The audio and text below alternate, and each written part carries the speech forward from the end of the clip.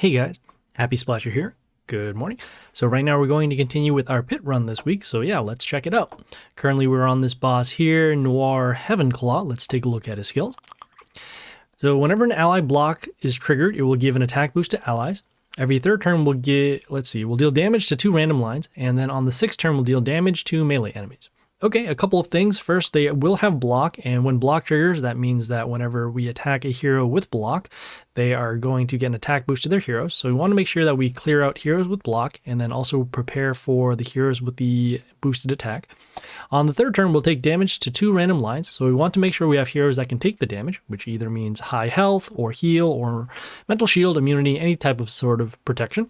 And then on the 6th turn, we'll deal damage to melee enemies. So we want to make sure we have as few melee heroes as possible so that way we don't take the damage. Or if we do have the melee heroes, we will make sure we can replace them soon after. So yeah, so let's hop right in.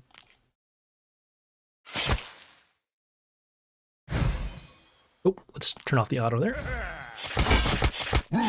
Oh, I guess we already summoned a hero. Let's take a look at the buildings in the meantime. Okay, we have a mental shield building. We do also have these block pentagrams over here. And then we also have the Sir Lancelot. This one gives block at the end of the turn, also reflects some damage. We do have our Fury on A3 that has some extra attacks and can also get an attack boost. As mentioned, we do want to clear this out if possible, but we also do want to get rid of the Caesar's head because of the mental shield. We'll go with this range hero over here on D1, so that way we can at least break the shield and then prepare for next turn. Yeah! Okay, we have the Bard here with an attack boost and health boost to the Order heroes. Let's see, we'll be able to clear that out.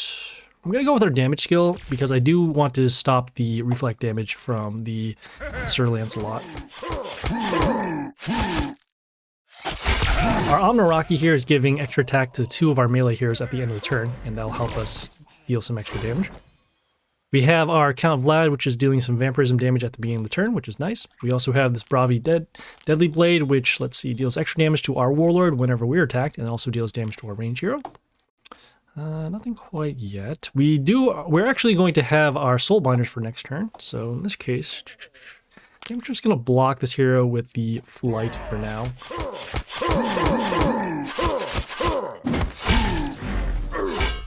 Okay, and we are dealing some damage over to the Sir Lancelot. Oh, because of the damage shield that we have for our Warlord. Okay, so we have the Evil Santa. This one here is transforming our hero into a reward box. In 2 turns, we are going to take damage to our melee heroes. We could actually clear out these now. Let's go with the Soulbinders. Then we'll do a shuffle to find a range hero so we can trigger off the Soulbinders, in this case we do. So we'll summon one on B1, clear out these heroes. Okay, we have this Dark Huntress. It gives block to a random ally, except there's nobody here. And at this point, we will summon another range hero to trigger off another Soulbinder. And there we go. So that was Noir Heavenclaw. Okay. We have the next boss here, Mr. Souvenir. Let's take a look at his skills. So at the start of the turn, we'll give a random ally ability. Whenever they attack, they will make the enemy bleed for some damage. Every 3rd turn, we'll deal damage to enemies with bleeding. And then on the 5th turn, we'll make the enemies bleed. Okay, a couple things. Looks like every one of these skills have to do with bleeding. So we want to make sure that we either have the ability to heal or remove bleeding. And so bleed happens when if the bleeding hero attacks, they will take damage. And so as well, we'll see a random ally. Whenever they attack, they will make our hero bleed. So we want to make sure that we stop their heroes from attacking if possible, so that way we don't take the bleed. Every 3rd turn, we'll take damage to enemies being us, with bleeding. So we want to make sure, again, that we clear out the bleeding. And then on the 5th turn, they are going to make our heroes bleed. So we want to make sure that actually on the 5th turn, we have as few heroes as possible, so that way we don't get affected by the bleed.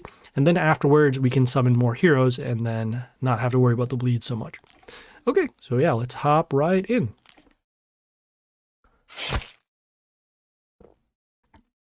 Okay, let's take a look at the buildings.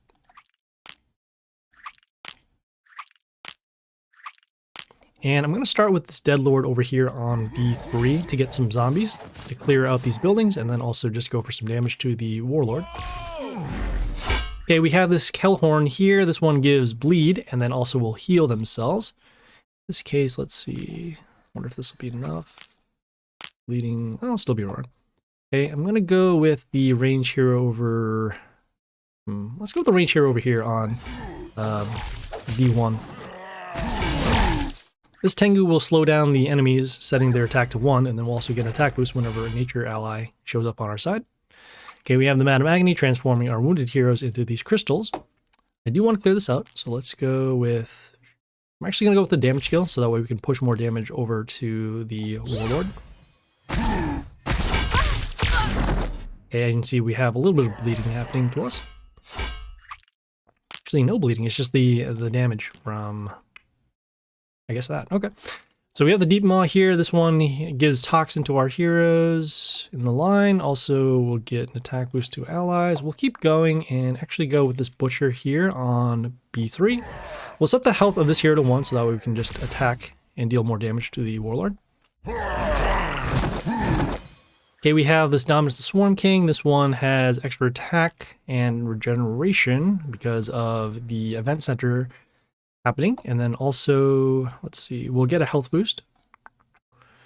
Okay, we do have these crystals still in the way of our Soulbinder, so we don't want to summon them yet. We'll actually go with this, yeah, we'll go with this melee, range hero over here on A2. Comes into play, deals damage to a random chaos enemy, which in this case was just the Dominus alone.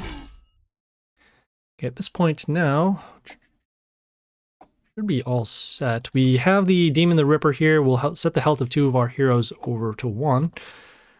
Just attack with... No, I'm just going to do a shuffle. I don't want to waste the Vixen over here. We'll go with this melee hero over here on C2. And this Titania actually gives us an attack boost to our heroes at the end of the turn. Okay, another Dominus once again. I don't want to get in the way of our heroes to attack, so we'll do another shuffle and actually look for a range hero, which we do. Yeah.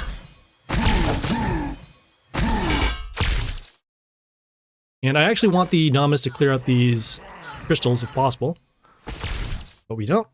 In this case, we have the Void Juggler here, giving extra attack to 1 random enemy, which in this case is the Dominus. No death triggers, so what we'll do is we'll just skip the turn and then attack on the open lane C for lethal. And so there you go. So that was Mr. Souvenir. Ooh, and we got some grace too. All right, well, we will have to wait until we get the next boss available. So yeah, we will see you guys later. This is Happy Splasher, signing off.